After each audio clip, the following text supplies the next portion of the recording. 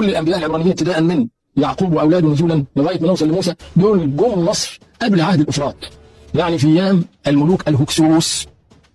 وفرعون الخروج هو الملك الهكسوس السادس.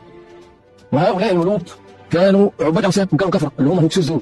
انما المصريين نفسهم كانوا على توحيد، وكانوا على توحيد خالص، اللي هي المله الادريسيه الحنيفيه.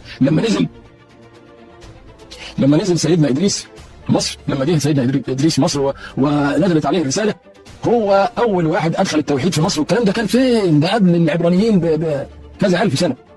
وصحف ادريس هي اللي موجوده بالفعل، اللي هي كتاب الموتى ومتون الاهرام، وفيها اناشيد توحيد عجيبه، ما فيش توحيد بعد كده. فالمصريين كانوا على المله الادريسيه الحنيفيه وكانوا موحدين لما جم ذريه يعقوب وابتدى العبرانيين يدخلوا مصر. ولما جه موسى ودعا للتوحيد كان بيدعوا مين؟ مش المصريين، بيدعوا الهكسوس الكفره. وكان صراعه مع فرعون الخروج اللي هو لم يكن رمسيس ابدا. فرعون الخروج كان سادس ملوك الهكسوس. فهم دول الكفره، هم دول عباد الاوثان. وحكايه تعدد الالهه اللي بيقولوها عن القوم المصريين دي فريه، لان انوبيس وبتاح وامون ورع كل دول اسماء للملأ الاعلى او لقوه ملائكيه او حاجه بالشكل ده، لان هو نقرا في كتاب الموتى ان كل دول خاضعين لامر اله واحد، مفيش غيره. المتصرف في الكون هو اله واحد. يبقى كل الاسامي دي حكمها حكم اللي بنقوله على جبريل واسرافيل، دول كلهم هي ملائكه وقوه. بدليل ان كلمه نتر الفرعونيه دي او الكلمه الهيروغليفيه نتر مش معناها اله.